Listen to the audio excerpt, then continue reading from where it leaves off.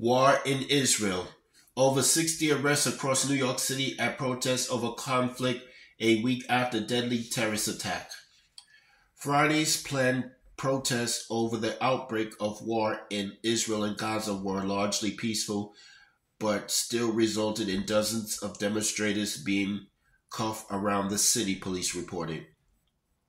A human tidal wave of pro-Palestine protesters flooded into Times Square on what was dubbed Day of Jihad after a former Hamas leader called for violence across the country.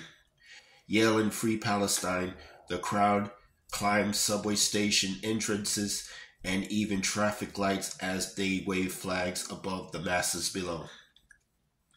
The NYPD responded in force, attempted to contain the swarm by using metal barricades standing guard around the demonstration as those supported Israel began to gather in response. "Shame," those with ties to Israel yelled from across the street, going as far to call those in favor of Palestine terrorists. After several hours, the pro-Palestine group broke loose from their makeshift cage and took the roadway from 42nd Street and 7th Avenue toward the Israeli consulate. Several skirmishes did break out along the way, resulting in about 3 arrests. Cops could be observed in stare-downs with masked figures while others were swiftly whisked away in the back of an NYPD wagon. During the march, one protester attempted to insult rivals by wrapping the Israeli flag around his shoe and dragging it into the ground while others reportedly set it on fire. The chaos was punctuated by moments of tranquil calm when some of the Muslims stopped to make prayer before again returning to their cause.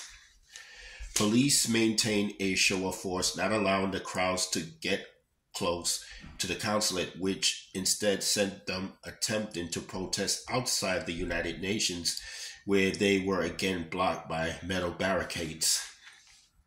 Meanwhile, in Brooklyn's Grand Army Plaza, arrests reached the double digits as about 1,000 Jewish New Yorkers from Jewish Voices for Peace preferred a sit-in on the roadway near Senate Majority Leader Chuck Schumer's home. The group implored the senator to call for a ceasefire in the Middle East. "We recognize that for many, the call to unconditionally support Israel, including sending increased military funding, is coming from a place of deep grief, fear, and anxiety," JVP Rabbinical Council co-defender Rabbi Alyssa Wise said. "But we know that more weapons will only bring more harm to everyone."